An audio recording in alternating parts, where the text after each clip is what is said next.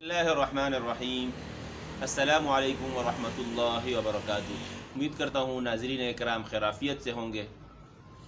गिरदान शुदा पारे सुनने का निज़ाम।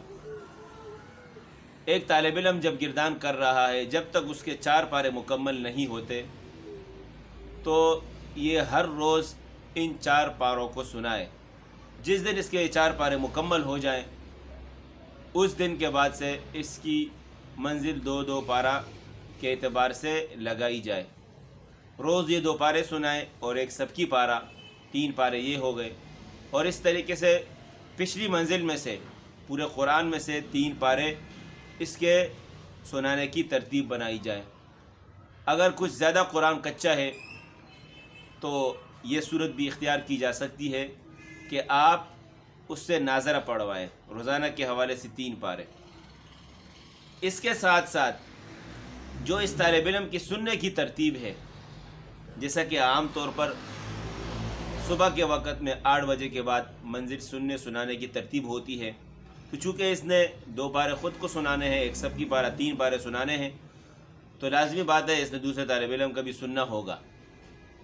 तो यह है कि 3 पारे दूसरे तालिब इल्म से सुनेगा। तो ये हुए 3 पारे इसने दोहराए और 3 पारे इसने ख़ुद पढ़े सुनाए और 3 पारे इसने सुने।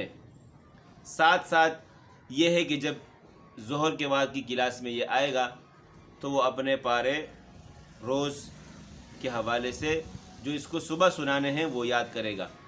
तो रोज़ाना के हवाले से 10, 11, 12 पारे इसकी तरतीब बनती है। ये इसकी मुस्तकिल तरतीब चली जाए।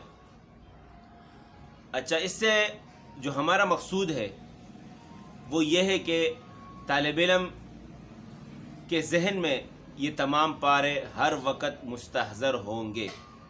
आप उससे जिस वक़्त चाहें, जितना चाहें और जब भी चाहें उससे सुन सकते हैं।